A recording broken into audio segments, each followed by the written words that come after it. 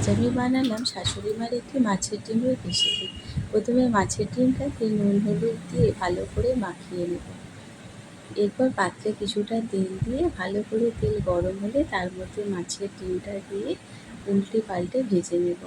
অবশ্যই চাপা দিয়ে দিয়ে করবেন, মাছের ডিমে বড্ড তেল ছেটকায়, হাতে ফোস্কা পড়তে পারে।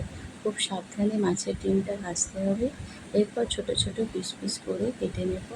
আর একটু প্রয়োজনে তেল দিলাম। এরপর মাছের ডিমটাকে একটু পাত্রে রেখে দিলাম। অন্য পাত্রের মধ্যেই আমি করলা অথবা উচ্ছে দিয়ে ভালো করে একটু ভেজে নেব। একটু ভাজা ভাজা হয়ে গেলে তার মধ্যে পেঁয়াজ কুচি দিয়ে আর একটু নেড়ে চেড়ে তার মধ্যে একটু নুন দিলাম যাতে করলাটা একটু নরম হয়ে যায়। তারপর এটাকে গোল্ডেন ব্রাউন করে ভেজে নেব।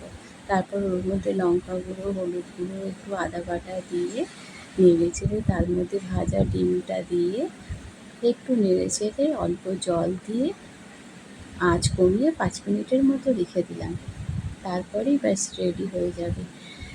এরপর একটু শুকনো শুকনো করে নেড়ে চেড়ে গরম ভাতের সঙ্গে পরিবেশন করলে দারুণ খেতে লাগে। তোমরাও অবশ্যই একদিন ট্রাই করো, দুর্দান্ত খেতে লাগে। আজকে আমি দেখি কেমন বানিয়েছি, তাই আমি নিজে একটু টেস্ট করব। দারুণ ফাটাফাটি হয়েছে কিন্তু।